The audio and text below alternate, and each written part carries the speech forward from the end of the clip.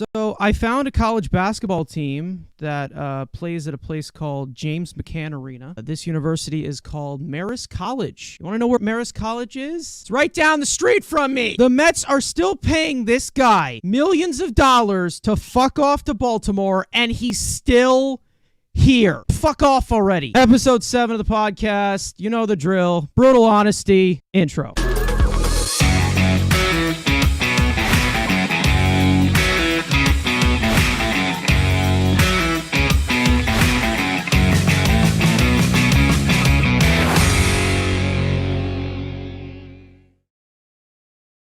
All right, now before we begin, y'all know the drill by now. Make sure to subscribe to the Mets Weekly channel, turn on the post notifications to never miss daily Mets content, including this podcast, which happens every week. Follow us on TikTok for exclusive content there. Andrew and I have been doing all-time Mets drafts there, corresponding to specific letters. Those have become very popular over the last few weeks, so thank you guys so much for that. Rest of the links are also in the description for all of us individually, yada, yada, yada. We skipped last week, obviously, because it was pretty much the same stories that were just dragging on and on. But as of right now, we got a lot of new stuff happening in Mets world right now. We are just less than 2 weeks away from pitchers and catchers reporting, and baseball will be played in this certain month. Yeah, we're less than 2 weeks from spring training, and our pitchers and catchers reporting, and again, we got a bunch of old guys, a bunch of fat guys, and Brandon Nemo's here too. So, again, team's not what we expected. You know, we expected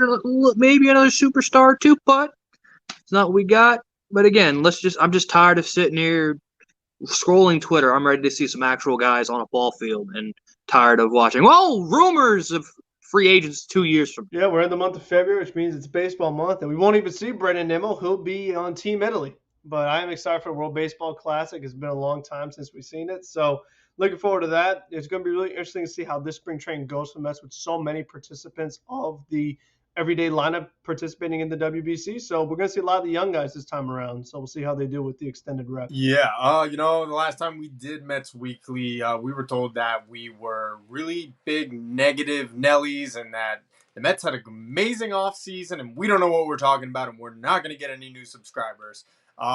To continue this trend, the way I'm thinking of how this Mets offseason is, and we'll get into it, is kind of like that Game of Thrones meme where the first 5 seasons were this elegant, beautiful, leaping, majestic stallion of a horse.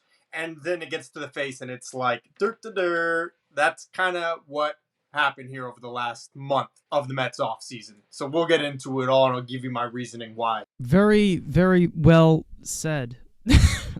Okay, well, with that, let's get into this crazy, insane team. Let's get into some good news. First, another homegrown domino has fallen. The Mets have extended Jeff McNeil to a 4-year, $50 million contract. McNeil will get a raise over the course of the first 3 years of the deal, making $6 million this season, $10 million next season, and $15 million in 2025 and 2026. The contract also includes a 5th-year club option for 2027 worth over $50 million. McNeil has blossomed as a late-blooming non-prospect back at the age of 26. Fast forward to 2023 with 2 All-Star selections and an NL batting champion and one of the best bat-to-ball hitters in all of baseball. Great deal for the Mets. It's a steal. I mean, those numbers are insane. To be paying him that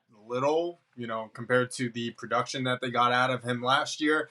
2021 Jeff McNeil was the frustrated guy throwing his helmet down because he was trying to pull the ball out of the ballpark. And he really went back to just being himself in 2022. And what was the result? A National League batting title. So great to have him here for the long term. There's no reason why his body shouldn't hold up. He's not a guy that really gets hurt too often. He's not a guy that is super dependent on his legs as far as making his game. He's made huge strides at second base. I mean, that's his permanent position at this point.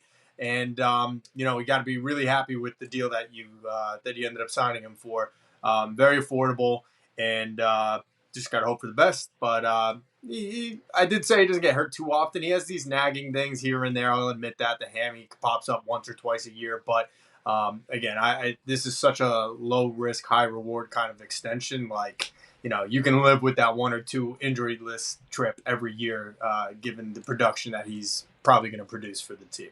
Yeah, my only concern about a long-term injury from Jeff McNeil is if he tries to rob every Drew Smith fly ball like he tried in Milwaukee. I mean, that's the way that Jeff McNeil will really get hurt. And then he's crazy enough to play through it and continue diving and continue jumping. So there is a way to solve that. You can just send Drew Smith packing, in the middle of spring training, and then I've been telling you that since the guy got called up. He never belonged here. But anyway, we're not talking about McNeil right now. We're not talking about Pooh Smith. But I think with Jeff, the only difference from what we talked about is we didn't know the breakdown yet of the contract. Pretty interesting that they decided to go with backloading it. I understand why, being in that last tier of tax. So every million you spend, it turns out so much more. It's a lot for the poor owner to pay for. I kind of would have went the other way around. I know it's not my money, but I just like that the Mets, especially that since Correa didn't sign, they had like that long-term financial flexibility where they wouldn't always be in that 4th tier. But I think backloading this deal so much where you're talking about almost a $10 million difference this year compared to 2 years down the road. I thought that was pretty interesting. So we'll see if that ends up hurting them or not, if they're going to make other big signings, because as we know, with so much money coming off the books, you're going to have to replace those guys, particularly in the starting rotation. So what are those AAVs going to look like if you do extend P. Alonso, which you really should ASAP? We've been saying that for a long time. How does that AAV look? So they got a few questions to still answer as far as long-term flexibility, but still, you can't be mad at the deal. I'm glad he's going to be here for a long time. I think the question about them backloading the whole thing, and I think Andrew will probably dive into this a little bit more, is it's pretty much the fact that they were in the arbitration case and they were pretty much buying out the last 2 years of arbitration, where they're projecting, more production as he continues to go through the early 30s of his career, and then obviously adding on the two years to the extension. Which is kind of foolish on their part, because when you're 30, your production only goes down. So I don't know why they would anticipate him getting better, but that's just... I'd say around 35 is when you expect it. So I think that they preserved it. I think they did a good job with that. And then obviously 15 million AAV. I'm pretty sure that would make him the 3rd highest paid second baseman currently. If that were like if he was getting 15 million right now, he would be the 3rd highest paid second baseman, because I think he's behind Simeon and Altuve. So, and again, we talked about this in the video where you could pay Jeff McNeil like like he is the best second baseman in all of baseball, but it all just had to depend on, what the term was. Yeah, and the AAV all in all comes out to 12.5 because of the 6 million and then like the 15 million, so it kind of like balances out. Yeah, again, it's a team-friendly deal. As it stands right now, it's the 5th biggest contract given to a second baseman behind Ketel, DJ, Simeon, and Altuve. So you could have an argument that he's better than DJ and Ketel. So you could say, oh, you're getting him, a little bit of a discount. Especially he did take a hometown discount. Yes, did it go against him being 30 years old and peaking late? Yeah. But again, it's a nice team-friendly deal. The AAV is fine. They have the option if he ages well, like we expect. He will age decently because he's not one of these pure power hitters. He's more just hand-eye or coordination, which will still age pretty well. You have another option if you want it. Again, do I hate the deal? No. Is he, another one of these slap hitters? But yes, he's one of the best slap hitters, singles hitters in baseball. I'm fine with it. I would like to just keep him at one position. I know he's more valuable moving all over the right, left, third, second, DH if you need it.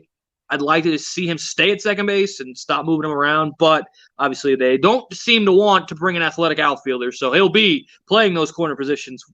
Pretty common, especially with the age of, injury concern with Marte and Nimmo to an extent, moving some guys around. So, again, in a perfect world, he would just stay at second base, but we don't live in a perfect world because, it's the Mets and we didn't win the World Series last year. So, I'm fine with it. The AAV's fine. It's a nice deal. I am kind of surprised, just AAV-wise, that he did not get either the same amount as DJ LeMahieu. I'm kind of surprised because, DJ signed that contract at the same coming age, I'm pretty sure. He was older. Yeah, he signed it at age 32, and Jeff's going to be 31 coming into this season. And that's also considering that McNeil plays more positions than LeMahieu, but Listen, if he's take a hometown discount, I'm fine with it. I'm not going to end my trolling spree of McNeil stands because it's just too easy. But no, he played his ass off last year. He got back to what he's supposed to be, and I was enjoying every minute of him being Jeff McNeil again. This is a lesson to kids. Be yourself. You just got to be yourself. It's just Jeff McNeil, you know? He's there, right? He's there. Is he exciting? Is he, it's just boring white dude, got to keep stacking him. Now, as far as the piece who also needs to get paid, first baseman Pete Alonso and the Mets have agreed to reportedly keep the extension talks behind closed doors. Michael Marino reported that the current sense around the Mets higher level is that a deal getting done between the two parties before the 2023 season begins will most likely be an uphill battle. Marino also added they will attempt to find common ground this offseason, but it's more likely that his extension will be reached further after the 2023 season. Now, ever since he was drafted back in 2016 in the second round, Alonso has become one of the biggest prolific power bats in all of baseball, as the current Mets first baseman is slated to become a free agent after the 2025 season. We've been saying it for 2 years, and ever since Nemo was extended, and we're like, that was the first one, that this should be getting done. But the more and more that this just seems like this is going to test free agency, and that's Pete's right. That's his player right. Did the same thing Brandon Nemo did. Hell, did any of us think Brandon Nemo 2 years ago was getting $162 million? No. But guess what? That's the benefit of being and testing the market. I don't know who Pete's agent is. I don't think he's Boris, but I wouldn't be surprised. Pretty damn soon, in the next 4 to 5 months, if I'm Pete, I'm going to sign with Boris. I'm doing what Nemo did. Because, yes, it's a first baseman. He is not getting $300 million. Y'all are brain dead stupid, all of you, if you actually think Pete Alonso, and if your only thing is, he's got better numbers than Francisco Lindor, you're a dumbass. They call positional flex, positional value. Learn it. It's not that hard. Open up a book, go learn about it, and look at first base contracts. The starting point is going to be the Olsen deal because he's younger than Olsen when he signed. And in kind of the same stage, I think Olsen had two. I think Olsen was 1 year from free agency. If I remember when he signed, he was going to be a free agent this upcoming season when the Braves locked him up. So the Mets, Alonso has no kind of benefit of signing. This is like, hey, I got 2 years. He got a nice raise in arbitration. He'll get another nice raise in arbitration this year. And then, hey, I can go in and, $25 million would make him the highest. Yeah. Second, still be the third highest first baseman. Obviously, Goldschmidt was a re-sign with St. Louis, and then obviously with Freddie Freeman signing with the Dodgers, 27. He's not better than those two guys. But what he'll have is he'll be younger than those guys hitting the market, meaning he might get an extra year or two, putting that number higher, total annual value. So obviously, as a Mets fan, we want to get this deal done. And if I'm Epler and Cohen, I start with the Olsen deal and see where he's at and then find that common ground. But I wouldn't be surprised if Pete does what Brandon Nemo did and say, hey, I'm going to have 2 more years to go nuts. I'm going to give you a chance to match whatever deal I get in free agency, and I expect Cohen to do that like he did with Brandon Nemo. If there's something, let Pete go out and chase, or judge it. Let him go test the market. You come back to us, and we'll match it. I think that's a scenario I think Pete's thinking about, especially I wouldn't be surprised if he does sign with Boris soon to get that top dollar. But again, would I be surprised if a deal gets done? Not especially with the McNeil thing. We didn't think a McNeil extension was happening, and they got that done very quickly. So these things can happen fast. I just think Pete knows his value of like, hey, he has the age, he has the numbers in his head, what he wants. That Olsen contract is going to be the baseline. He wants to top that deal. So I think something will get done. I just don't think it's going to be this year. I wouldn't be surprised if it does come in that free agent. Yeah, no, I mean, I'm totally with Andrew here. Like, unfortunately, it looks like Pete is going to test free agency, which I really don't want to happen. I wish the Mets could just lock him up now because, like they do with McNeil, you're able to get him for such better value. But like Andrew said, is Pete's right to test free agency? I think if the Mets have to try to overpay a little bit, it might be worth it to do it right now because if he does have another big year or 2 years and another team just gives him something ridiculous, it'll be even tougher for them to then match or top that. So I really think they should try even harder to get this deal done. It's something that I feel like they really have to get done because like we've talked about, He's the only guy that has really stable power in this lineup. We talk so much about protecting Alonso. Imagine this lineup without Pete Alonso in general. I mean, good luck. Good luck scoring any runs on a consistent basis. So he's a top priority for them. And like I said, we talked about it last time, but the Olsen deal is where I'm looking. Similar age range. They both only play first base. I mean, Olsen's the better defender, but Pete Alonso's probably the better overall pure hitter as far as hitting to all fields and hitting for that better batting average, things like that. So I think that they definitely should work on signing Pete Alonso because of how important it is. But unfortunately, we're gonna have to wait for that.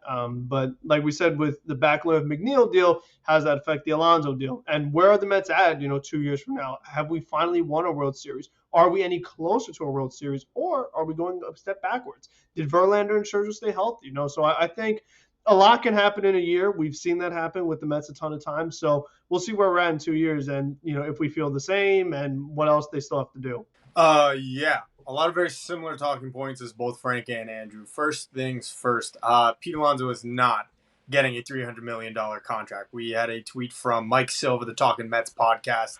Any Mets fan that thinks Pete Alonso is going to settle for $200 million clearly doesn't understand the economic position he's in. He can get $150 million more if he waits a year. Maybe a year and a half ago, he would do it, not now. Completely false. I'm using the baseline of the Matt Olson contract, and this is what we said on a fan question last podcast. 8 years, 188 or 180 million is what Matt Olson got. That's where I'm starting with Pete Alonso, and if I want to lock him up, I'm going to 200, and that's probably it. Now, when you look at the Jeff McNeil situation, this is the value in trying to lock these guys up prior to hitting free agency.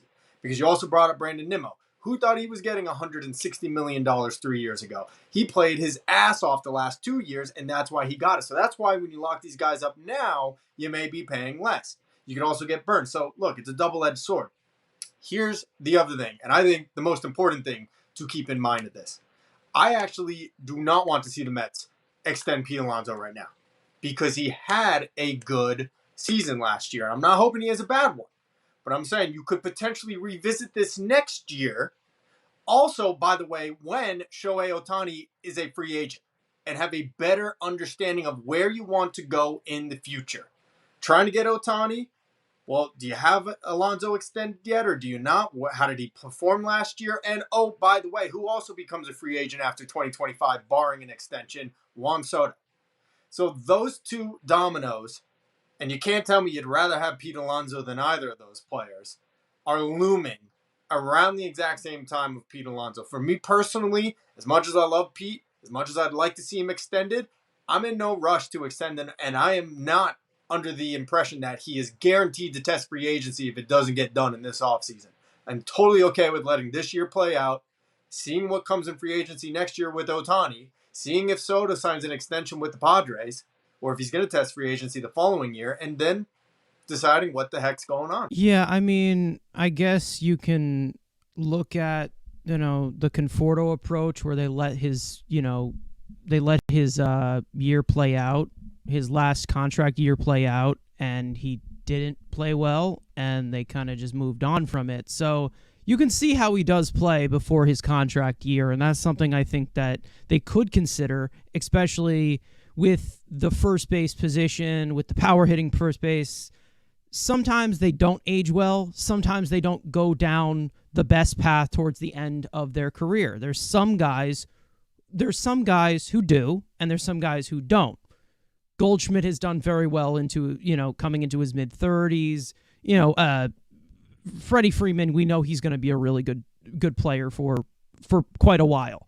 But then there's some, who do get their long-term deal, and they don't. Every position is different. And we talk about this all the time, and Andrew just hinted about it. Positional value. It's a very different case for every single position. As for a power hitter who's a first baseman, doesn't really defend well and doesn't do this and doesn't do that. He's here to hit dongs. That's all he's here to do. It's hard to see him not being the sustained power hitter that he's been so far in his career. But again, we still have not seen Pete Alonso into his 30s. So it makes sense to do so. The only reason why, even though it's a good point what Tony just brought up as to, seeing if he has another good season or whatever.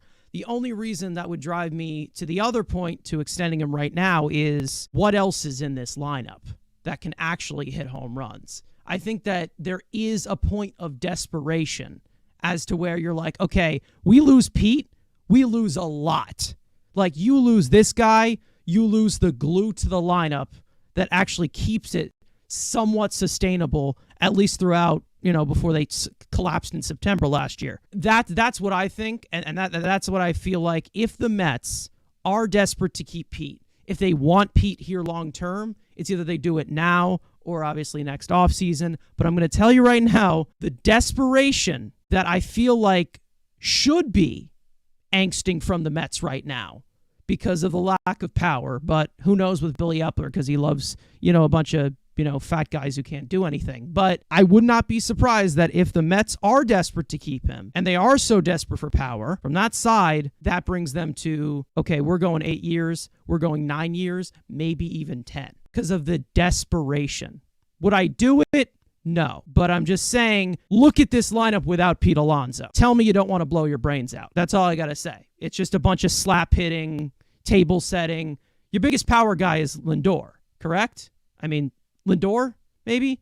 And Lindor is not a prolific guy. He'll give you your 20 to 25, whatever. This guy is too important to your lineup. I agree with all that. And like I said, I definitely want to keep Pete Alonso, but I do believe in the organizational flexibility with so many big upcoming stars, and specifically Ohtani and Soto. And you can't tell me this lineup isn't better with one of those guys taking Pete Alonso out, in my opinion. If you get a full 140 games from Ohtani, I think he's better. The Mets lineup is better with Ohtani. If you get just whatever you typically get from Juan Soto, minus last year, which whatever, I don't really count that a whole lot, amid the trade rumors and whatnot and getting moved to the Padres, I think it was an adjustment period. If you get a typical Soto season, this Mets lineup is better when you replace him for Pete Alonso. Now, we live in a world we can have both. Two of those guys. But that's why I'm in no rush to extend Pete Alonso, show your cards, and potentially be locked into a contract that might be prohibitive of going and getting one of those two guys, especially when you have them under team control for 3 more seasons. Oh, yeah, of course. I think it's just my thought of pessimism where I'm like, oh, the Mets are in line to get a star. Look what just happened with Correa. It's not a good example anymore. It probably turned out the best, but look what happened with Bauer. Like, we had these frontline guys who it looks like they're coming here. It doesn't happen. That's just, it's just me being pessimistic or me just being a miserable Mets fan. But I'm desperate to win a World Series, and I'm desperate for a lot of things. And I think Pete is a desperate piece to this lineup that they really, really need. And that's why I think signing Pete should be even bigger priority, because you can't be of the mindset, we'll just get Ohtani. We'll just get Soto. I mean, how many times have we done that and it hasn't worked? That's why if you have a guy who's actually doing a really good job for the organization, particularly the Mets, where we've seen so many guys come in and they're not the same player, I would prioritize that. If a guy is doing well in a Mets uniform, you've got to keep that guy.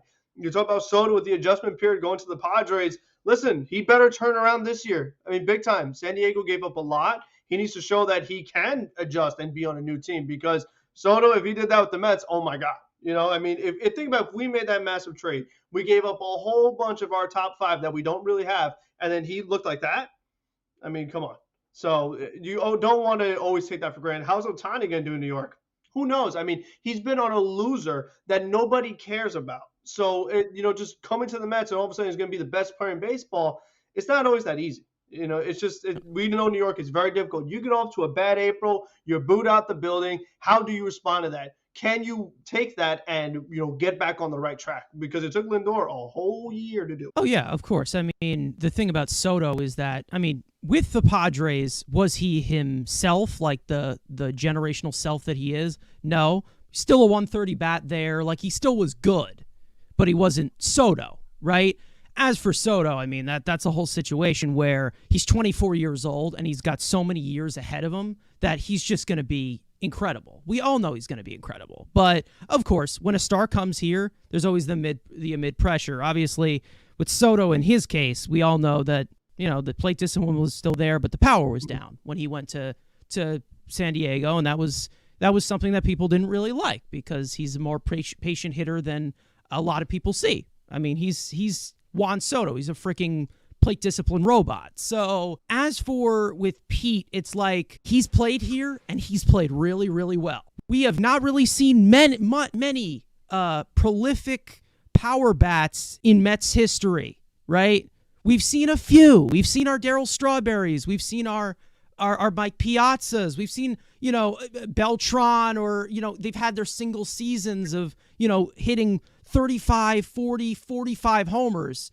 But we never had our consistent guys like the Yankees where they just have a bunch of guys, coming in here, tending for 50 every year. This is a pitcher's franchise. It's been for a long time. Again, that's just a reek of desperation of a type of hitter that the Mets are not accustomed to having in their lineup. But, I mean, from day one, Pete Alonso, he was a main factor to this lineup. I was going to say, and let me say, I agree with you, Frank, and I'm not overlooking Pete and saying I don't want to re-sign him. I'm just saying I don't want the Mets to shoehorn themselves into a situation where they're looking, 2 years from now, like... With how their long-term flexibility is set up, there's no way. Right. Especially with Correa not signing, there's no excuse. There's no excuse. Right. You got Verlander, you got Scherzer They'll coming be up gone. the books, obviously. So it shouldn't be an issue. I'm simply saying, playing devil's advocate. No, I hear you. But I'm just saying that after what you were going to offer Correa, and then you turn around with freaking Tommy Pham, I don't want to hear any excuses. Nothing.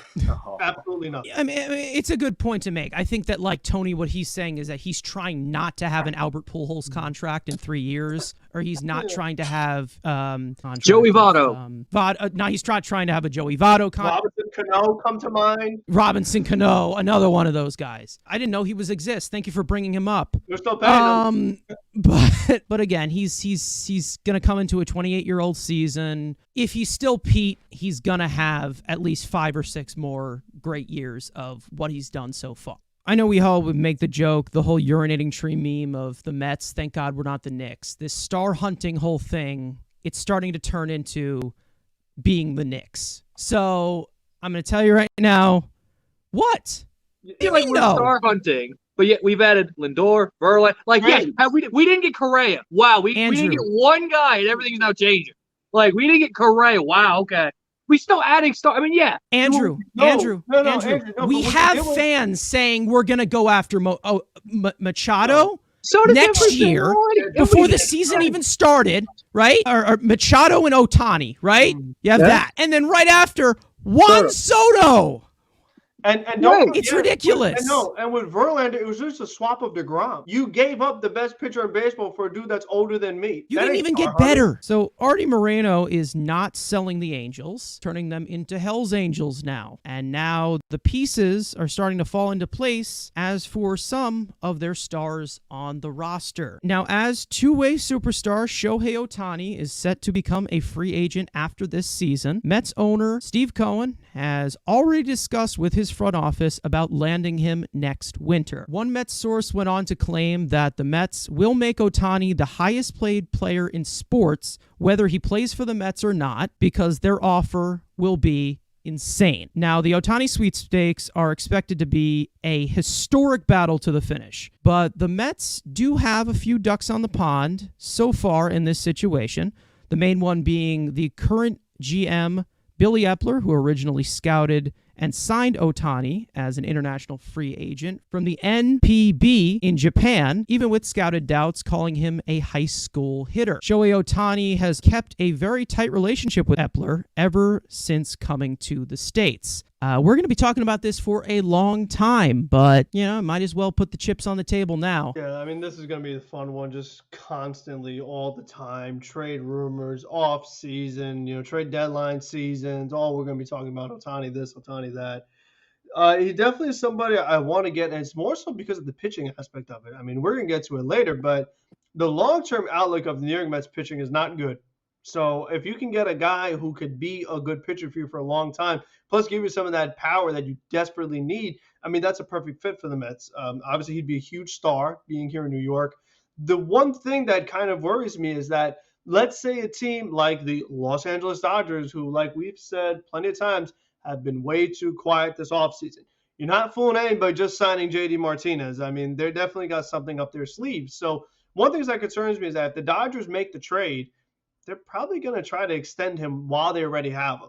So that's the one thing that worries me, is that you never even get the chance to get Ohtani. So we saw the Dodgers do with Mookie Betts. They didn't wait till free agency. They traded him. They extended him. So that's the one thing I would worry about, is that, like, if you really feel like Ohtani is the guy for your franchise and that he's, so massive, and you have this surplus, particularly Kevin Parada, it may be something to really explore and do it in the trade aspect, not, waiting the year or two for the free agency part. Yeah, I agree with Frank, and I've said this my entire life as a baseball fan. Sometimes when a team does trade for a player, they get that upper hand on signing him to an extension, and sometimes then you don't even get the opportunity. Mets did it with Lindor, but you get that exclusive window of negotiation where other teams don't have a chance, and you can just kind of blow them away, and nobody could top it. Right. And the Dodgers were just ranked as the #1 farm system in baseball again. We know they didn't spend a lot of money this offseason or give out too many future outlays in terms of money.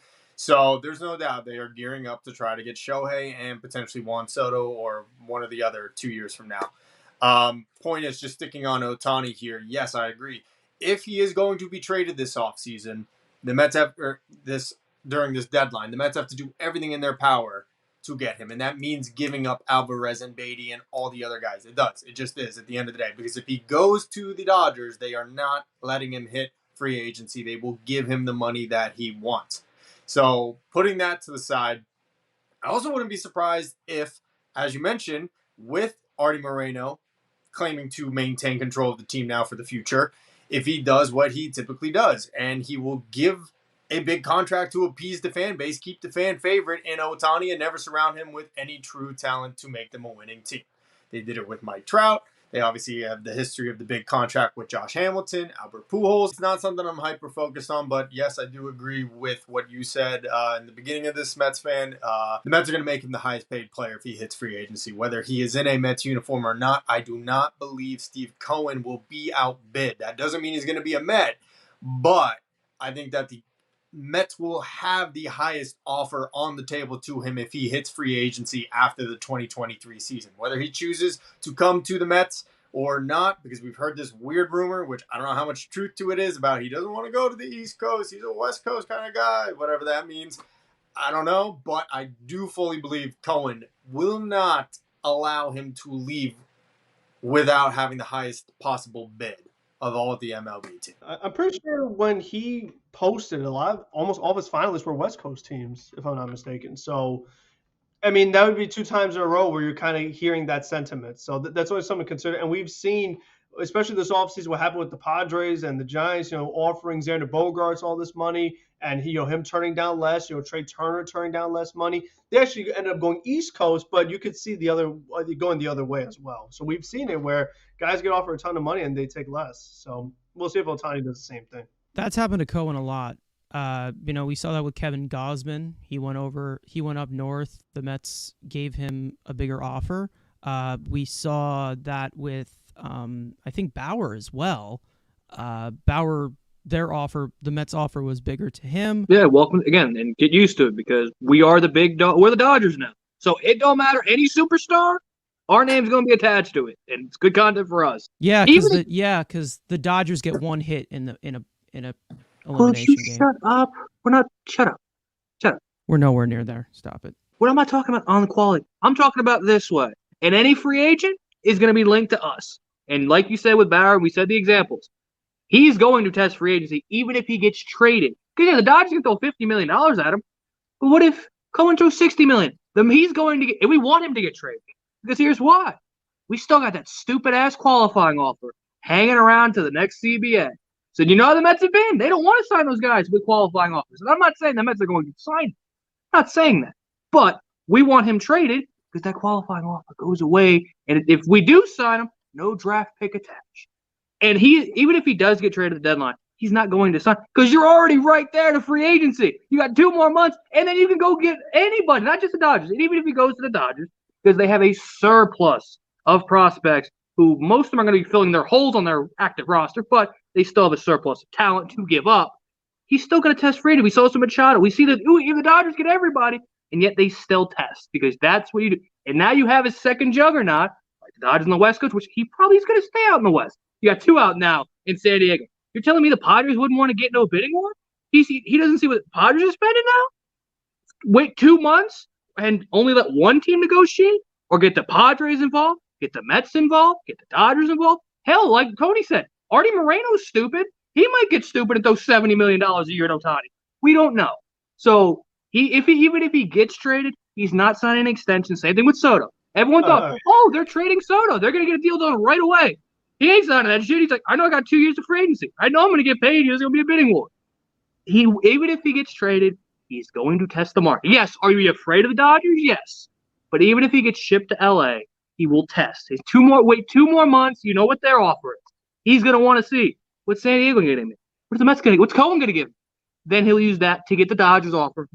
So even if he gets moved in at the deadline, he will hit the market because he wants to use everyone as the bargaining chip to get his highest up. Why would I be afraid of the Dodgers when we're just a 101 win team? Exactly. Hey, they only won 100. They won 116. They did win a lot more games last year and lost in the first 101 round. wins. I mean, you already passed that threshold. You're the greatest franchise known to man. But I, for one, don't think he gets traded at all.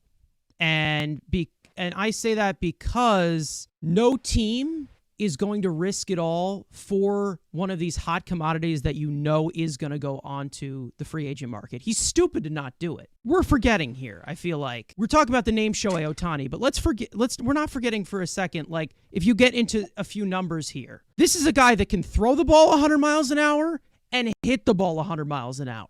This is a two-way superstar who does both of these things at an elite level. He's going to test the market. If he doesn't, I'd be surprised. I really would be surprised. Because, I mean, I understand, the whole point with Mookie Betts. And he's, this 5-tool superstar, millions and millions of great years ahead of him. One of the best players in all of baseball. This is a attraction that you don't see. This is someone, again, throw the ball 100 miles an hour and hits the ball 100 miles an hour.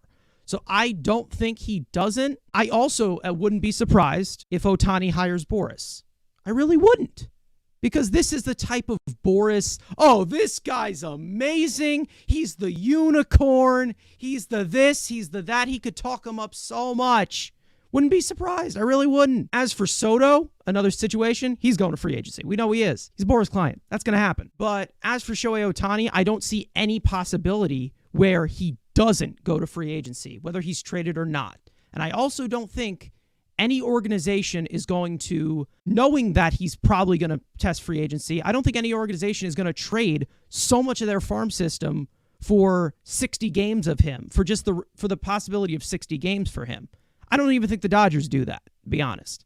Especially like what Andrew said, they have a lot of pieces that are top prospects that are going to be on their actual roster. The Dodgers like depth. We know they like depth. The possibility of him getting traded to the Mets. The tampering with Artie Moreno. Billy Epler calls him and says, what do you want for Ohtani? Artie Moreno overhears that phone call, swipes the phone out of his hand, and tells him to hang up. Because that's how Artie Moreno is. Let's not forget, he was one of the owners that voted against Steve Cohen buying the Mets. I don't see this working out for the Mets where they get Ohtani unless he goes to free agency, which I definitely expect. And you said you don't see any situation where he doesn't test free agency.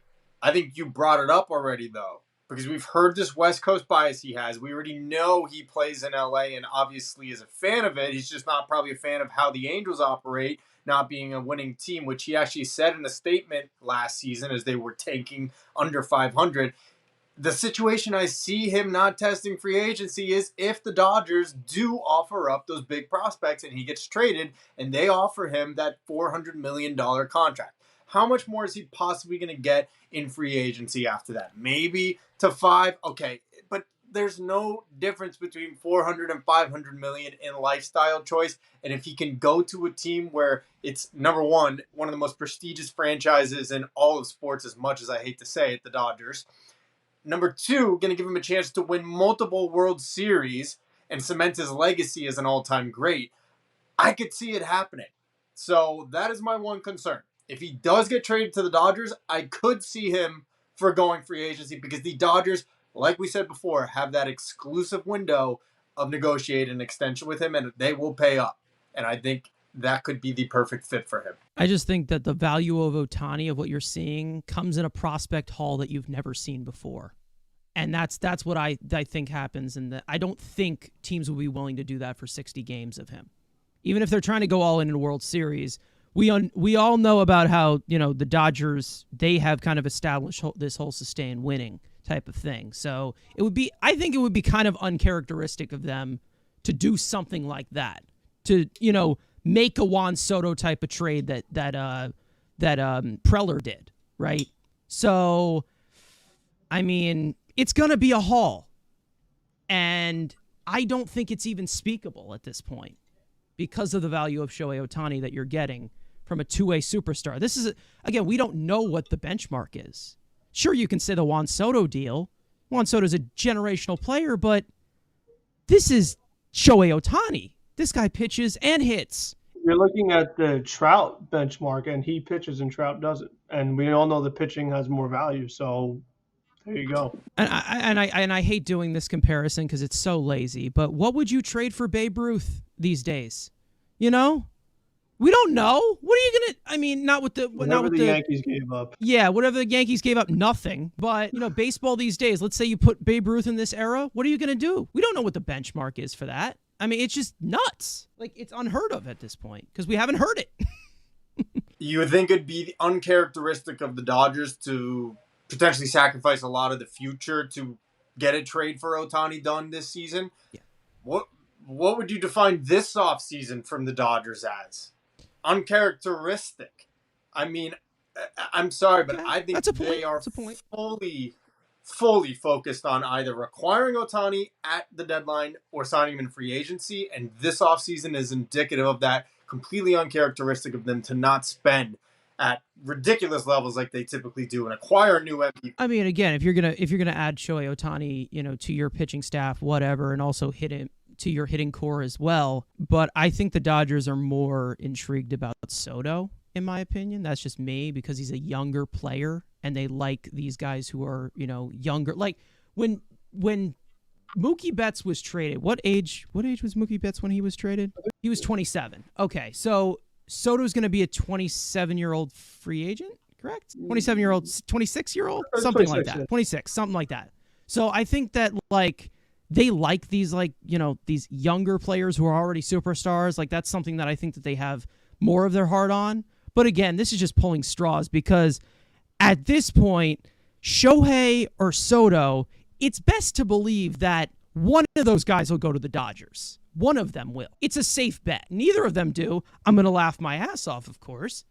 But it's the Dodgers. And again, like we said, they were too quiet this year. They were too quiet this offseason to not think they're going to mess with you. I mean, at this point, I think it's more of Soto and maybe trying to replace the lost production that you got from Cody Bellinger from his MVP year to his drop-off. But again, that's not kind of how the Dodgers operate. But again, if they continue to be uncharacteristic of them, I don't think, because like we said, they have their top prospects. Most of those guys will probably be plugged in with Trey leaving and some of these pieces leaving. The Dodgers rely so much on how deep their roster is. They stack arms like crazy. They stack players like crazy. I feel like if it were one team to trade for Ohtani, it would be the Dodgers. But for some reason, I just don't see it right now because of the value of Shohei Ohtani and what they would be risking with a rental. And is Artie Moreno as I can't trade with LA the way the New York teams are? That's the other. That's thing another too. question that needs to be answered. Yeah, I was just about to say that he is literally Jeff Wilpon reincarnated. Mm-hmm. It's the same thing. He does not want to lose the headlines and be the loser that traded his superstar player to the other team in town. So that is the one caveat to all. We'll see how it unravels because, again, we're going to see free agent markets that we've never seen before. Again, Shohei Ohtani, then there's Soto, and then, I mean, who's after that? I don't even know who's after that. I mean, you have your pitchers, like your Cy Young caliber pitchers, but that's a different story. Well, maybe because the Mets signed Senga, they could both be... racist. No, this is what they all say. That's why they did the same thing with freaking Narvaez. They were like, "Oh, him." I saw it on Twitter. I saw it on Twitter, which was just stupid. Because they have a fellow countryman. Listen, Nimmo and Ottavino are both Italian. That's why Ottavino stayed. So, because we saw that Nimmo was staying. Yeah, Nimmo's about as Italian as I am Afghani. What the fuck? He grew up in Wyoming.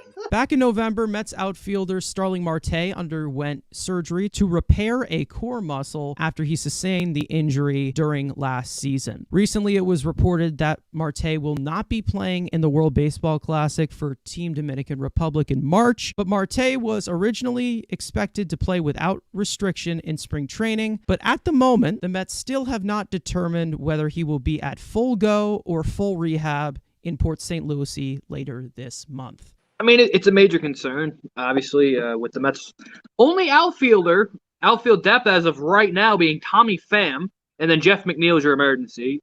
It's a problem. The fact that they did not want to go in an upper class of Jerks and Profar levels of, hey, just in case, Marte coming off a core injury at age 35, have an emergency extra outfielder. No, let's get with the guy who's got a fight club card with Tommy Pham. But besides the point, again, we'll see if in spring training comes out, not playing for Team WBC, lightening up that super team, Dominican team, all four. Puerto Rico's got to win that. But again, it's something to be concerned about, and the fact that we didn't know this until like 2 weeks ago. But if the Mets have known this the whole time, and their outfield philosophy is just bringing in Tommy Pham and not trying to go out and trade for a Seth Brown from Oakland or any other caliber of outfielder, and that being your only guy is Tommy Pham, in the outfield depth just got a little thinner. But again, it's just another thing. But we've known this with Marte. He's always going to get injured. He's always been injured. So the fact that they didn't take the extra insurance policy of adding another higher quality guy, we'll see. Again, hopefully he's fine. And worst case, he maybe misses a week into the season and maybe he's back. But you're still going to run that risk once we all said once you sign Starling Marte, he's never going to play 150 games. Like, he's going to miss time. And I have that feeling, like I said earlier, that you're probably going to see Jeff McNeil in right field probably 3 to 4 times a week. I waited this long to say it. Waited an hour in, but another reason you signed Correa. Because, again, you have that flexibility to where you could not have Escobar and Beatty start every day, but now, and Marcana start every day. Because now all these guys have to, and you have no choice. Because let's say Marcana struggles, Escobar struggles, or Beatty struggles, guess what? They all still have to play. You don't have any backup plans because it ain't going to be Tommy Pham. So, we knew we knew the injury risk was Starling Marte. And we knew that when we signed him. But I was hoping it was going to be more year 3, year 4, not year 1 and 2. So it's not gone off to a great start as far as that is concerned with the health part. We saw him play with one hand by the time the playoffs came around. Wasn't the same guy. He dealt with a groin injury the whole second half of the season, so he wasn't running as much as we hoped to. So I feel like it's going to be another situation where even if Marte does come back, even if it is sometime in spring training, he's not going to be the Starling Marte that we paid all the money for. He's not going to be the guy stealing a bunch of bases, making big plays in the outfield and running the bases and things like that, getting triples and what have you. He's not going to be that guy. So I just think that as far as like an investment, and that's what you go with as your backup plans, it's really not great. We knew it was a concern for a while, just even with a fully healthy starting lineup. We said, the outfield depth still isn't great. You could have Cannon regression. He's older, whatever. Like, we knew that going into it. And we knew that the DH position was a problem going into the offseason. Didn't address either. So I just think that it's been so clear that they've had the same weaknesses for over a year now that they continue to refuse to address it. We've talked about starting pitching depth. What happens if Carrasco gets hurt or McGill gets hurt? What are their backup plans? They didn't have any backup plans. They still don't have any backup plans. So the fact that they have these same flaws and continue to neglect them has just been very frustrating. When you're a team that's in win now mode, you have all this money, all this, all that, but you don't have any backup plans. But you have the emergencies, you have the absolute scrubs that could play, but you don't have actually competent players that could step up when guys get hurt. So that for the millionth time, Devin Marrero ain't playing, and you don't have bankers and ducks and all these other things making meaningful games for you because you don't have quality depth. You had to let Conforto go, huh? You just had to do it. No. But I can tell you right now, my only concern with signing Marte is injury prone. And that was the problem with giving him the $78 million guaranteed. That was my only gripe. Starling Marte is a fantastic player. It was my only gripe with it. And I'm still carrying on to it because it's being proven right. I'm scared to death with this whole situation. I'm going to tell you right now because, again, the outfield depth got a little bit thinner. And with some certain news, it's gotten even more thin than we were expecting going into spring training. So as we look at it right now, I am scared to death. I really am. Because, again, yes, Jeff McNeil could be an emergency outfielder. Sure. But, like, how long is he going to be able to do that? He's going into his mid-30s. Like, he's going to, like, how long is he going to be able to play like the roughhouse player that he is without being, the second baseman that he's supposed to be? I need depth. I really do. I hope DJ Stewart is the greatest hitter of all time at this point. That's literally how I am at right now. I'm so desperate. I wouldn't be as concerned as I am right now because there's a different level where this comes from. Imagine if they didn't re-sign Nimmo. They'd be in deeper shit than ever. I'm still scared to death. But, I mean, I would be, shaking 24/7. Watching, this outfield play if they didn't re-sign Nimmo. We saw the alternate realities of if they didn't re-sign Nimmo. They wanted to bring in Trey Turner to play center field. And they didn't even have a chance to do that. It was going to be Kevin Kiermaier. It wasn't even going to be Trey Turner. It was going to be Kevin Kiermaier. No, it was going to be Bradley Zimmer. That's what it was going to be. We were lucky to get 120 games. Dear God, I'm scared. I really am. I'm scared to death. And that's the reason why he came here, because he got the fully guaranteed money. But, there had to be an option in there. And I'll say that since day one. There had to be an option. There had to be some kind of stipulation. Because as fantastic of a player Marte is, the way he does play, he's going to hurt himself. Especially going into his mid-30s now. The risk is higher than ever. I think Marte, it's concerning. I think he will return to form. I think he'll be okay. He actually had a couple knocks in the playoff series against the Padres, even with one hand. It's kind of a blessing in disguise because I'm not so sure the Mets were going to go to 160 to keep Brandon Nimmo until they realized just how serious this core issue was for Starling Marte. We heard the idea of them maybe putting him out there in center field, which I didn't really buy. It was probably more of a negotiation contact with Nimmo's camp. But let's just say the Mets didn't go to 160. Then you'd be looking at an injured 34-year-old or whatever Marte is center fielder, coming off a core injury, by the way. Not just a broken finger, but a core injury. So I'm looking at it as a blessing in disguise, and we'll get to Marte as, the season progresses and we see how he performs. But right now I can't freak out too much about it. I don't know, man. An opening day outfield of Mark Canha, Tommy Pham, and Zach Ashford looks pretty good right now. I'm not gonna lie. I think it's a lot better and very underrated, and I think it makes this lineup better. More youthful. No, I think Well, it wasn't even going to be Marte playing center. It was going to be Canha because we saw the days that Nimmo was off. It was Canha playing center. Marte didn't play center at all this year. And a year later, he really ain't playing center. It was going to be Mark Canha at center, which is not pretty for long term at all. And that's the other thing, like with signing Tommy Pham, it's just to go along with how awful the signing is. He can't play center field either. So it's like that was your extra outfield, but he's only a corner outfielder, which we have a million of. We say it all the time. Just stick him in left field. How many freaking left fielders do we have? Especially if they actually consider Darin Ruf as real outfield depth. Don't forget this guy literally played right field in Oakland in a big September game and was falling down because the man was about to have AARP. I don't know what he's going to have. He was just going to fall and he can't get up trying to catch fly balls. And then, deGrom is getting shellacked and we have Darin Ruf playing right field.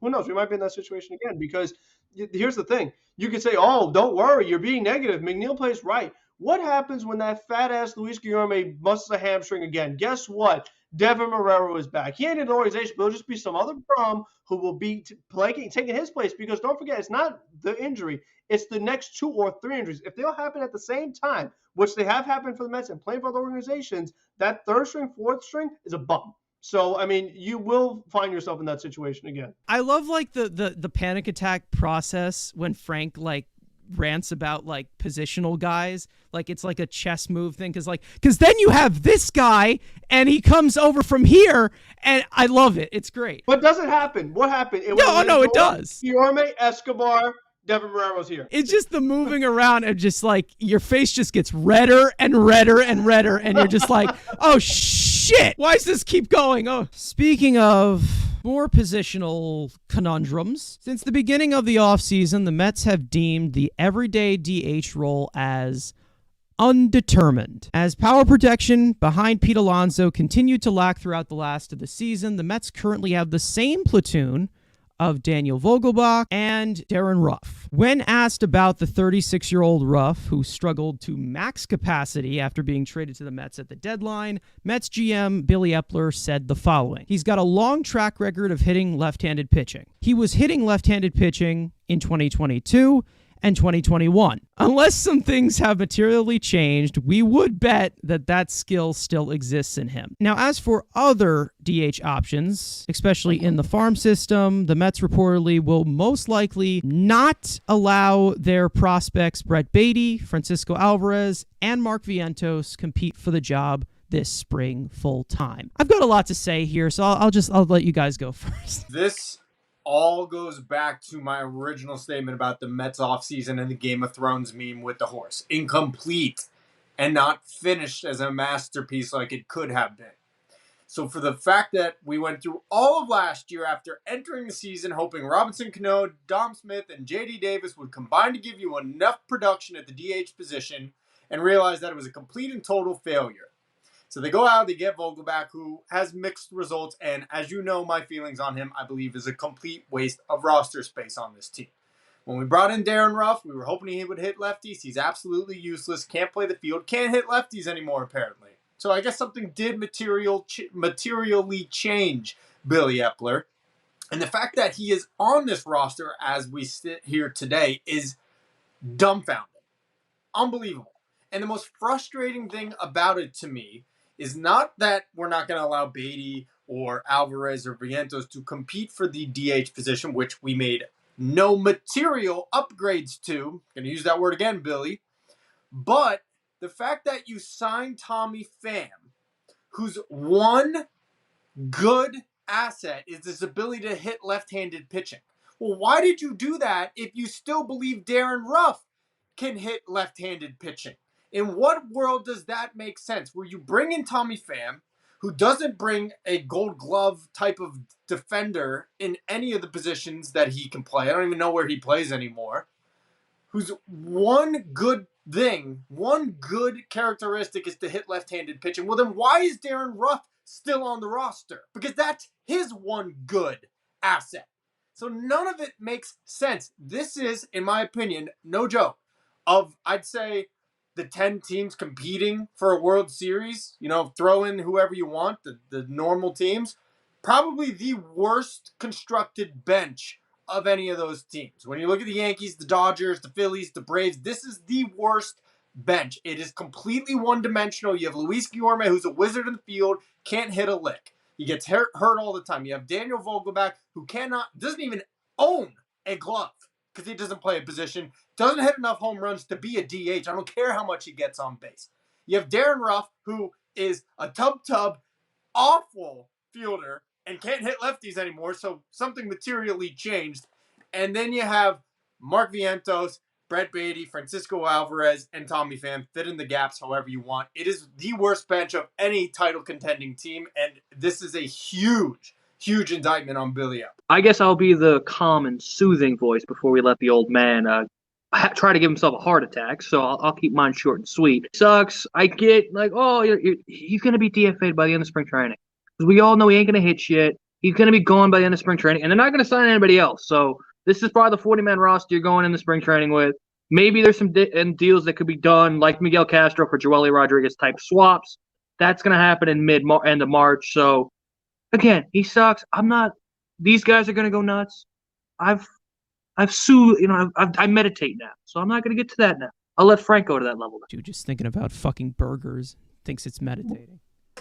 If you want to be accepting of mediocrity and incompleteness and the same weaknesses of not hitting lefties, go for it. But I've made this rant every single episode. I'm not going to do it again. But what I will say is that the fact that if Mark Vientos isn't competing for the DH job, well, what the hell is he doing?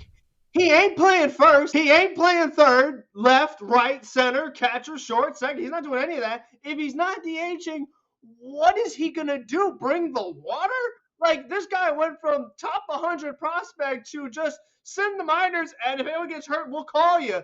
Why? Like, you have all these other weaknesses and just deficiencies all of your roster. Why don't you trade him like we've been saying for years now? Trade him to fill one of these weaknesses. Starting pitching depth, outfield depth, infield depth, anything. Like, if he's not going to compete for DH job, what is he going to do? Because he's spending year after year in AAA, hitting his home runs, getting his Twitter highlights, but then he comes to big leagues and he's striking out a ton. Well, what value is that going to give you? Because if you've been paying attention, Mr. Epler, his value has gotten worse and worse and worse. He went from being a top 100 prospect to unranked. He ain't coming back at this rate, especially if this is the kind of playing time you're going to utilize him at. So why, and we're going to get to the other guy later, why do you keep losing value on your assets? Why do you feel the need to just stay pat? Oh, we can't, get rentals. So that's why we got to get Darin Ruf because he has all that flexibility. He's 36, you idiot. So he'll have all that flexibility. He's not a rental, but he's just going to get worse and worse and worse. So the fact that he's just so strict to these like letters of the law, it makes no sense to me. He ain't going to bounce back. That's not how it works. Take it from someone who's old. You only get worse after 36. He's not going to bounce back. So I just don't know what people are expecting. This whole brass of people like, oh, he's going to have a bounce back year. The resurgence of Darin Ruf. Listen, man, if your best years were not in this country, it ain't going to happen. So, I mean, I'm just so sick of it. And the way that he just continues to have these same faults and doesn't do anything about it and lets things get worse, like Darin Ruf get older, like Mark Vientos lose more stock, the other guy we're going to talk about in a little bit, lose more stock. Why do you keep hurting yourself more and more? Make a move. Do something. Stop sticking with the same crap that doesn't work. It's so obvious. I mean, we knew the problem. You can't hit left-handed pitching. So you bring in the same guys who couldn't hit lefties, and we're just going to use them again. Like, why? Why not try something else? So I just can't believe that they have gone with this approach of staying pat, sticking with the same bums, knowing it's not going to work. Well, I want to first and foremost thank Billy Epler for this giant steaming pile of shit speech I just heard. Wrong. You're lying to me again. And like I said multiple times, I don't like being lied to at all. I don't like it. It's not something I like. You don't believe in Darin Ruf. You don't think he's going to bounce back. The truth is, no one wanted to trade for him. So you're stuck with him. Here's my problem with this whole situation. The Mets have this tendency and the tenacity to not admit that they screwed up.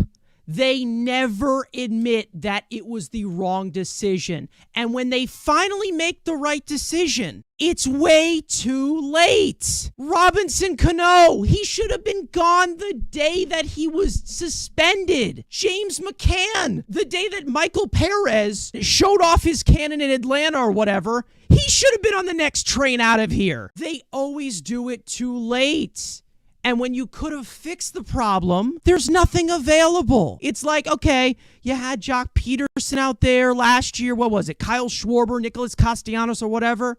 But no. Robinson Cano is going to be back to form at 85 years old. And then look at that. He sucks again. He sucks without his steroids. So you get rid of him. And what do you got now? Dom Smith. Now he sucks. Get rid of him. Even though you should have traded him. Again, another thing, you do it too late. And it's going to happen again. Darin Ruf will be DFA'd this year because they'll have no choice. They will have no choice. That replacement will most likely be Mark Vientos, where you have more risk of his value going down while he's in AAA. Hitting his ground balls, striking out all the time, and not playing any defense whatsoever. We all know that history is going to repeat itself because of the transaction process that they continue to do every single year. Cut your fucking losses and admit that you screwed up. Stop lying to me. Stop telling me that Darin Ruf is going to bounce back versus lefties. If he does, great, but I don't know that. And to tell you right now, Billy, yeah, he hit left-handed pitching in 2022. He didn't do it in a Mets uniform. He didn't do it in the orange and blue, where some guys, when they're acquired at the trade deadline, gain 80 pounds when they put on the Mets uniform. It's ridiculous. Again, another point where you talk about this, getting the upgrades. You have the financial flexibility to do it.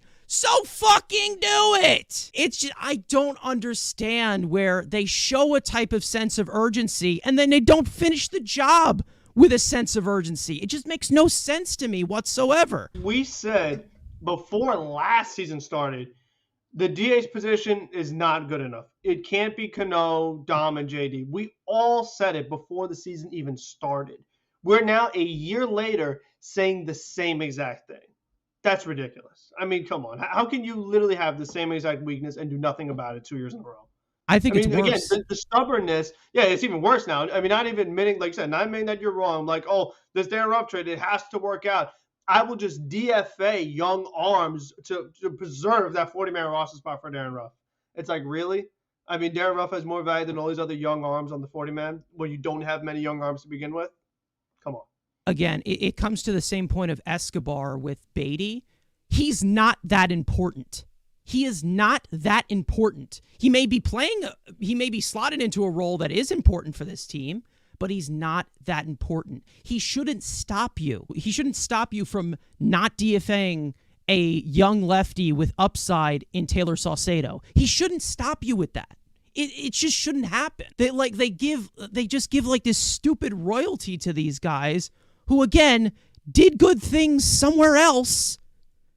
This is a different ball game. This is the Mets. This is different. I just don't understand why they set themselves up for history to repeat itself over and over and over again and don't finish the job when they have the flexibility to do it. And it starts with Darin Ruf and it ends to, the beginning of everything. I just don't understand the flexibility to complete the job and then just stick with what you did. It's okay to say that you're wrong, Billy. It's okay. It makes it worse if you don't. Everybody makes, mistakes on the trade market. It happens. You make a shitty trade. Happens. Admit that it was fucked up. You fucked up. You screwed up.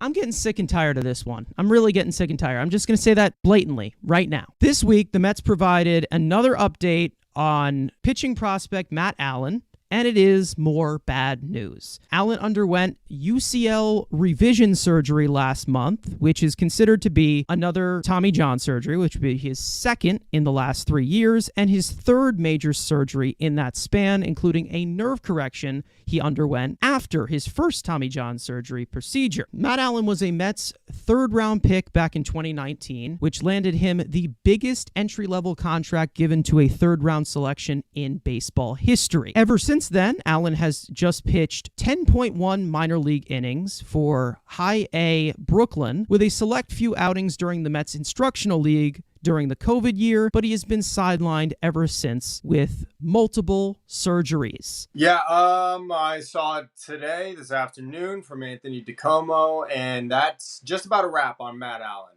At this point, if he ever sees a major league diamond, it would be a huge, great comeback story, and he's not going to be the guy most likely that we all projected him to be when they drafted him in, I believe it was 2020. Brodie Van Wagenen manipulating the way the Mets were putting their money for the first few rounds to get a talent like Matt Allan, and unfortunately it just didn't pan out. And I tweeted it earlier this afternoon. You can screenshot it on here later, Carson, but basically to anyone that is a prospect hugger and would never trade X player for a proven talent in the league right now, this is a perfect example of why. Because 3 years ago, we would not have wanted to entertain anything regarding Matt Allan in a trade.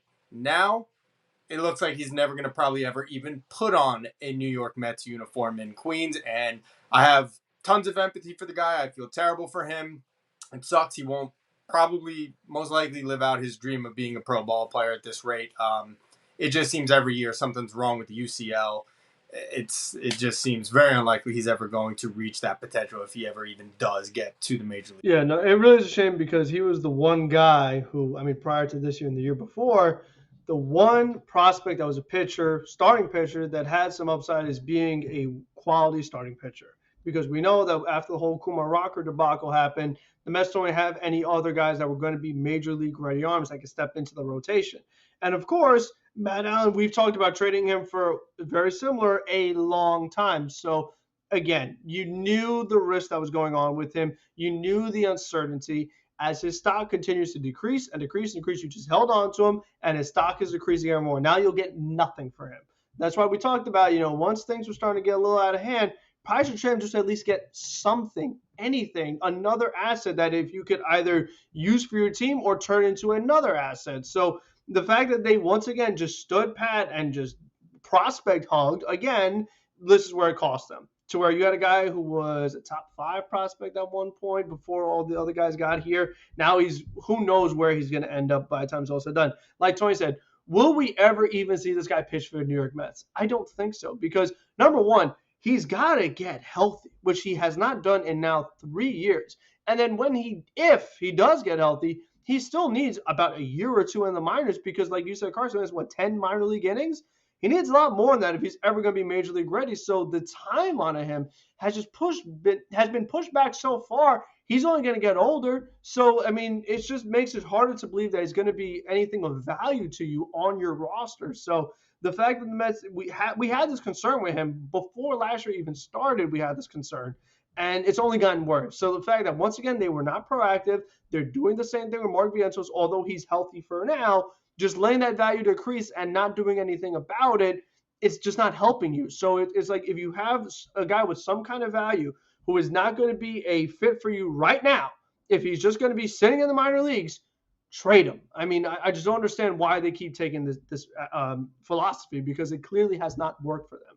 So it's just very frustrating. You feel for Matt Allan, but this is something the Mets could have kind of avoided, and they just refuse to not do. Andrew, you and I have been making videos for quite a while, and the two of us have had one of the biggest mutual agreements, I think, out of all of our debates that we have had throughout, the last year or two, and that is Matt Allan. We have established, I think, for about a year that it might be time to move on from this entire experiment. At this point, I'm just going towards the fact that, and I'm sure you'll add whatever you need to add, but what else is there to say? Not much. Again, hey, we couldn't trade him for Kendall Graveman. No, he's Jacob deGrom. He's just going through his Jacob deGrom arc, was what all of you said. It's just, hey, he's injured. Even though when Jake got injured, he actually had about 120 through 200 innings in the minor leagues.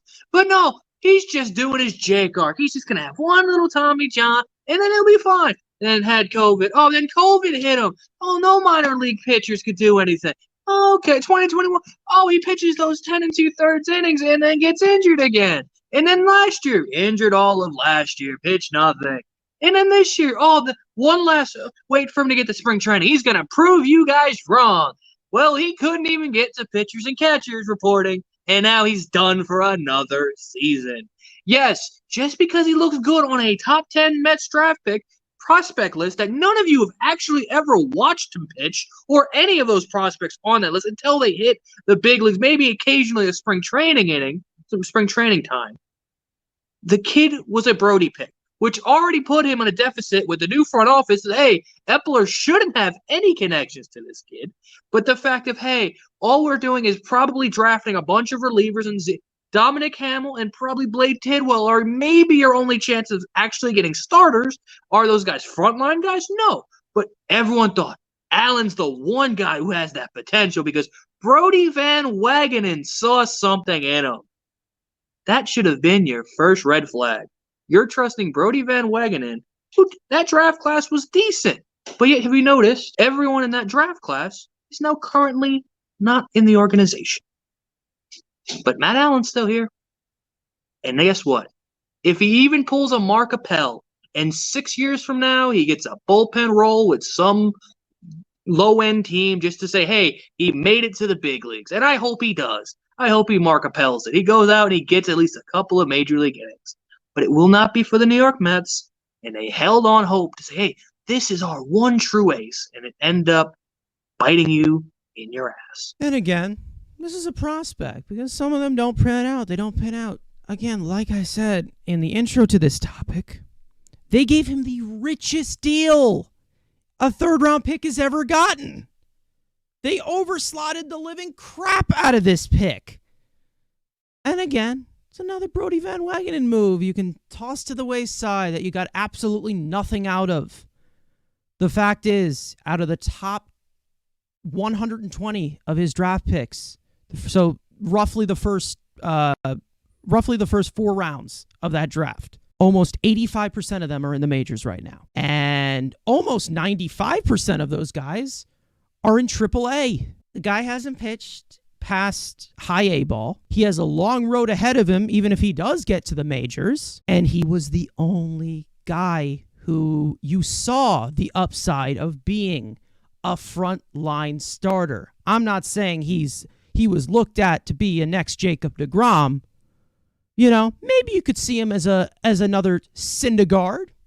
You know, possible number 2 if he's healthy. Sure. Ziegler, most likely going to be a reliever with his command and control. Hamill, lack of depth in his arsenal, most likely might be a 2-pitch, maybe even 3-pitch pitcher. Blade Tidwell, another guy with injury concerns.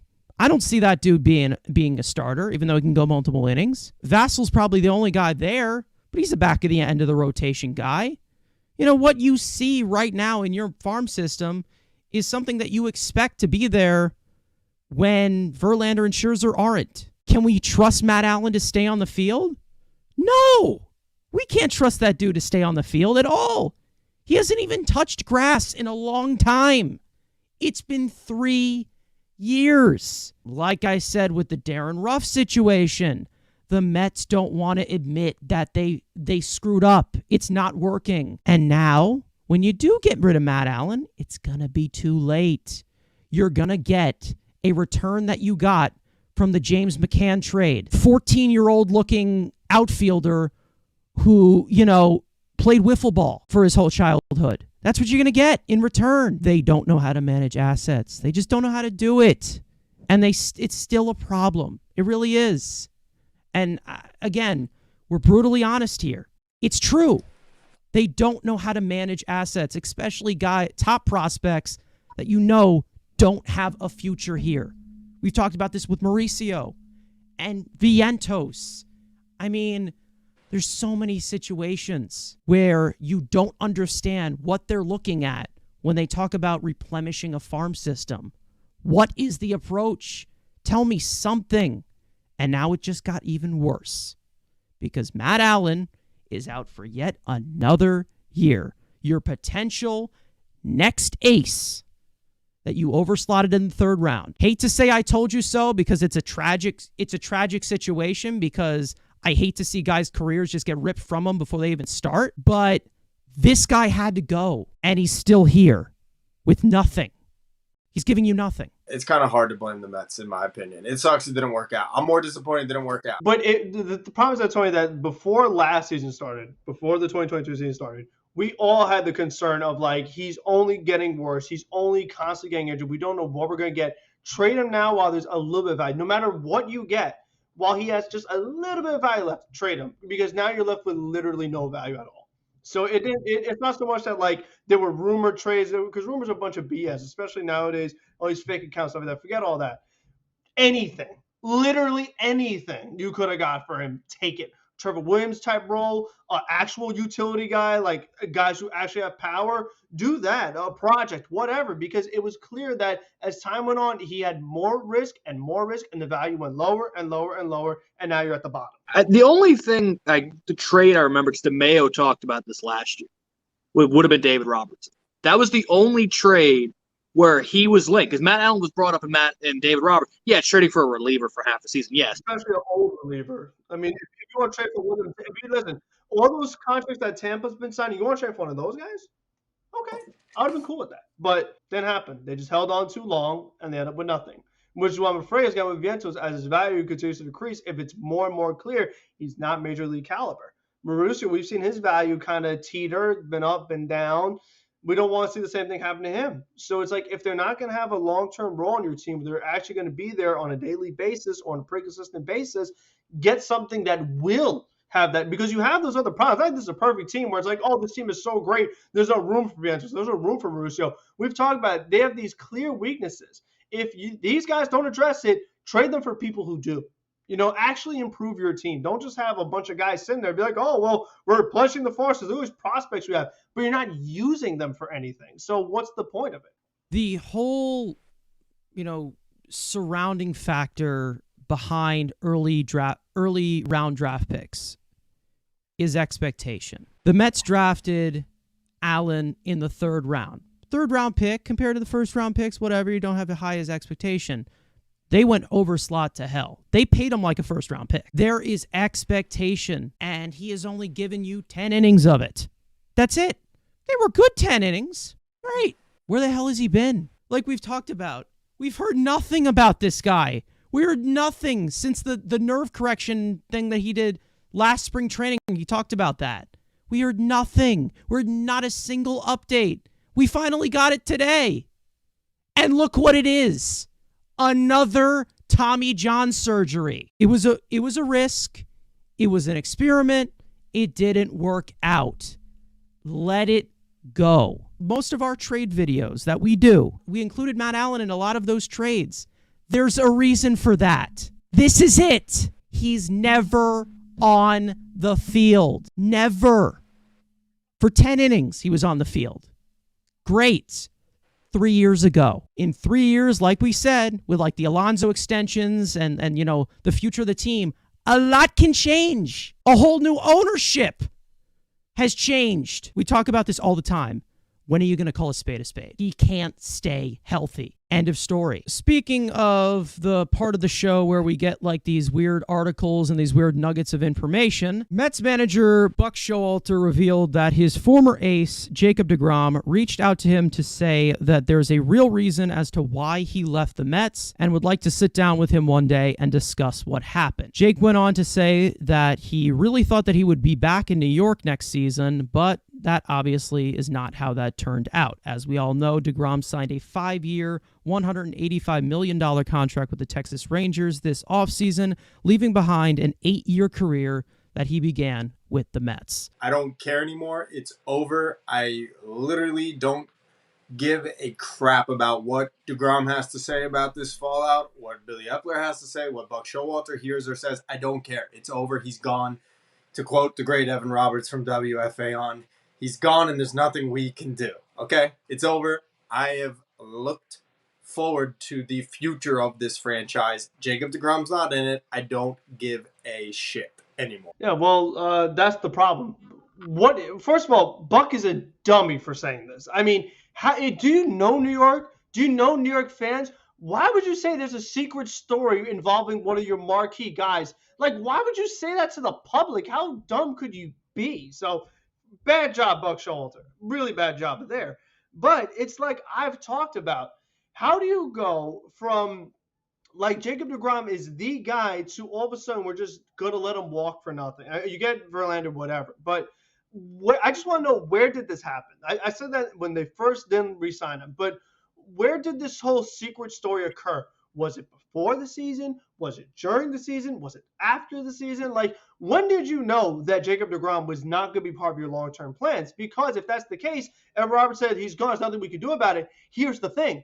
If you were going to bring him back, you could have done something about him. You could have got a placeholder, whether it was via trade or free agency, and then got a massive haul back for Jacob deGrom. But you didn't either. Once again, you stood pat. You lost that value. He's gone. You got Verlander, great, but I mean, so what? You could have got so much more and still had Verlander. So that's the thing that I want to know. When did this happen that we knew no matter what, we're not going to bring him back? Because I find it so hard to believe that this guy was in the organization the whole time, and just now it was breaking news he would want 5 years or more.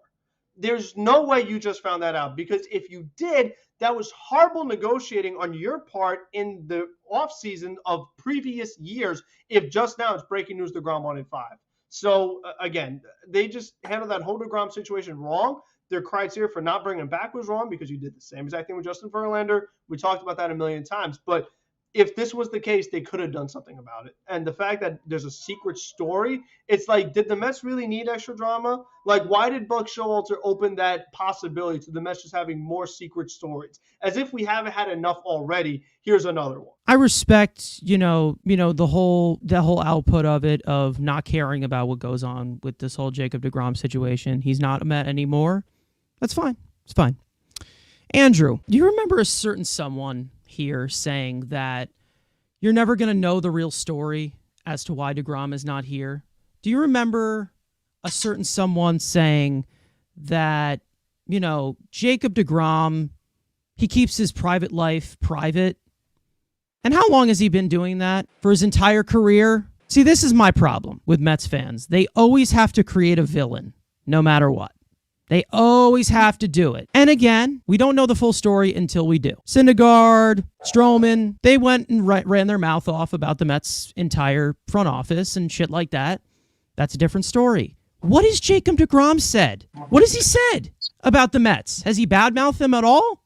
No. What has he said? He likes the vision of Texas? What is he going to say about Texas? What is he going to say? Oh, this team sucks. They just gave me a lot of money. Here's the problem with this. I think a lot of people don't know how Jacob deGrom presents himself.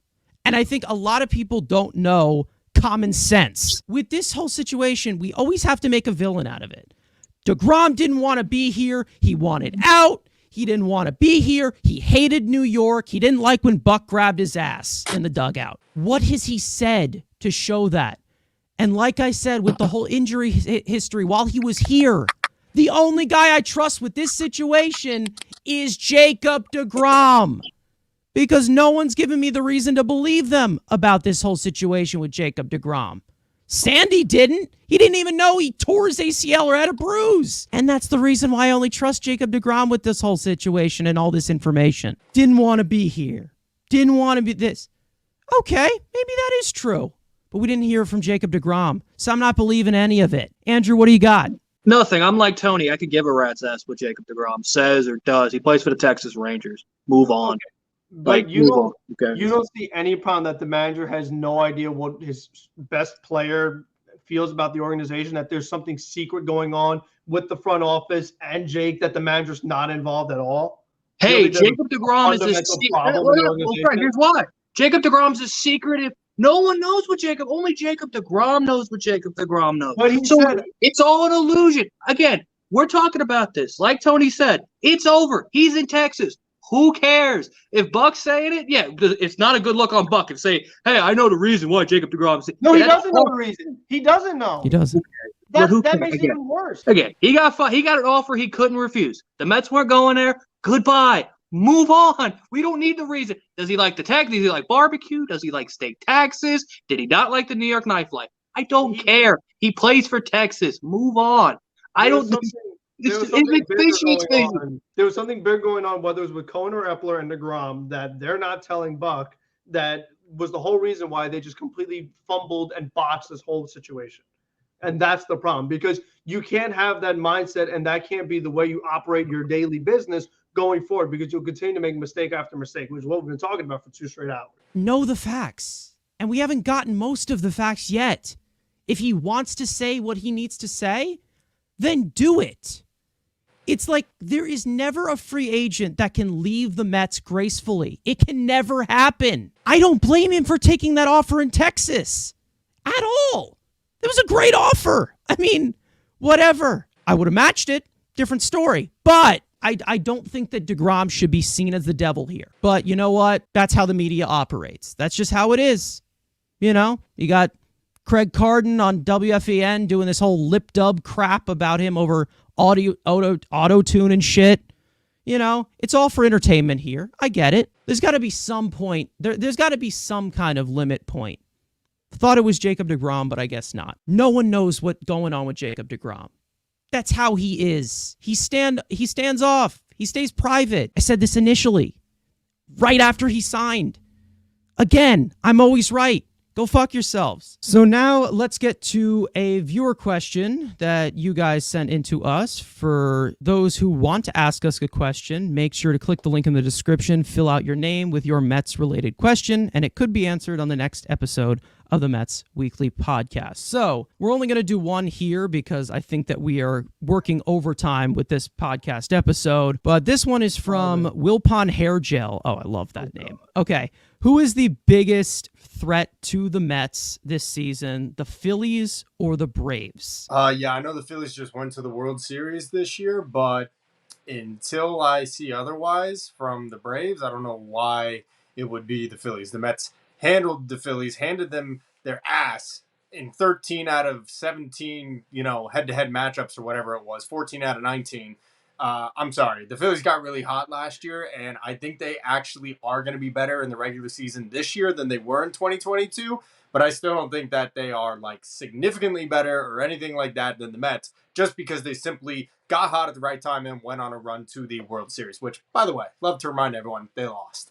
The Braves still, 20 years running, are the thorn in the Mets' side. Even 90% of the way through the season when the Mets were playing them really well and had a winning record against them in head-to-head matchups, only to inevitably lose 3 out of 4 in Atlanta before getting swept in Atlanta in the most important series of the year.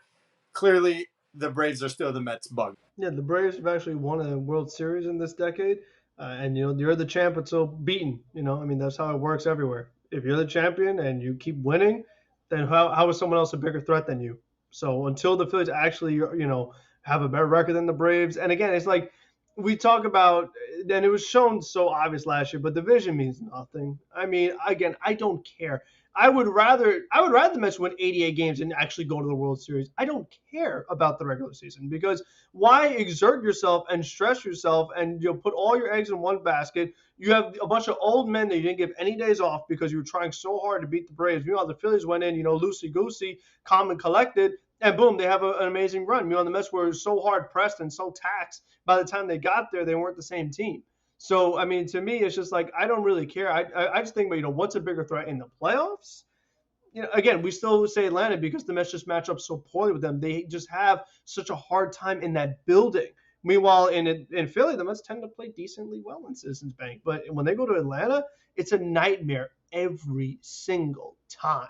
All right, well, the big threat is not even on here as a choice. It's the Marlins. Because they're signing way too many Met killers, and it's scaring the living crap out of me. But for real. No, they are. Yeah, they can be annoying. They have broken our hearts way too many times to be comfortable playing them in September, August, even opening day, which we will. They piss me off, and I need them eradicated from this league eventually, or I'm going to go crazy. I think both of them are equally going to be a threat to us this year. And I say that because, yes, we did own the Phillies. And yes, we did own a majority of these games against them. But, there's something about the addition of Trey Turner that makes that lineup more complete than ever. And I don't think, star power to star power, that it matches up very well with the Phillies. And Frank, you did say that you have to beat, to be the best, you have to beat the best. The Phillies beat the Braves last year in the playoffs. Again, I want to make the playoffs, but I also don't want to have that whole mindset of we won 100 in games, so why are you upset? I'm upset because they played like shit in the playoffs. Now that I know they can make the playoffs and win 101 games, let's see what happens there. I'm pretty sure Tony has made a rant about this before, about how we have never celebrated a playoff series win or a playoff win at Citi Field. Never happened. During the regular season, Braves, Phillies, whatever. Either one is a good answer. I just want to see what happens in the playoffs. Now that brings us to the rapid fire stories. The Mets have signed first baseman / DH Darrell Gomez to a minor league deal. Gomez is 26 years old and coming off a league-leading 26 home runs for the Mariners' High A affiliate last season. The Mets have signed right-handed pitcher Humberto Mejia to a minor league contract with an invite to spring training. Mejia is 25 years old and has pitched a career 32.1 innings with the Marlins and the Diamondbacks. The Mets have re-signed right-handed pitcher Manuel Alvarez to a minor league contract. Alvarez is 27 years old and was signed last year by the Mets after being a part of the Cleveland Guardians organization since 2018. The Mets have re-signed catcher Michael Perez to a minor league contract. New York acquired Perez at last year's deadline from the Pirates for cash cash considerations and appeared in just 6 games for the Mets last season.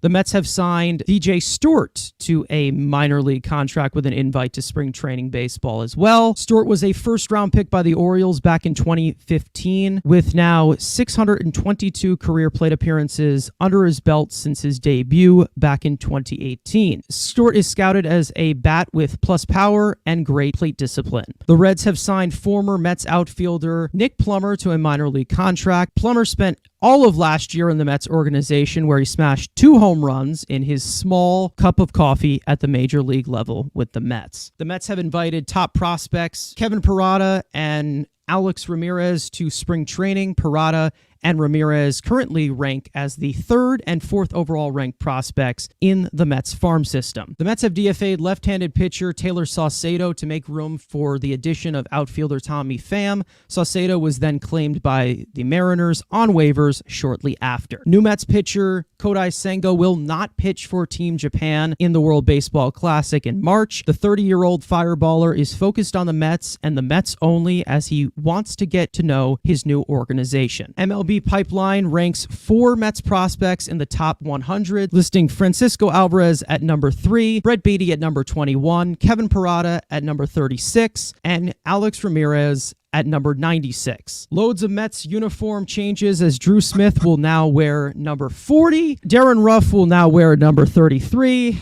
and the new additions such as Jeff Brigham will take number 43, Eliezer Hernandez, 57, Jose Quintana, 62, David Robertson, number 30, Kodai Senga, number 34, Justin Verlander gets his trademark 35, Omar Narvaez gets number 2, Tommy Pham gets number 28. Over the last week, the Mets radio voice Howie Rose opened up about his recent battle with bladder cancer since 2021. Ever since then, Howie has continued to get better and still expects to announce around 125 games this season. The Mets' 23 overall prospect, Khalil Lee, is being investigated by the MLB regarding recent allegations of domestic abuse. Lee is currently still on the Mets' 40-man roster, but I think it's almost 99% safe to say that his time with the Mets is over. Parting words for episode 7 of the Mets Weekly Podcast. Yeah, keep it short and sweet. We're this close to spring training, and I'm ready to watch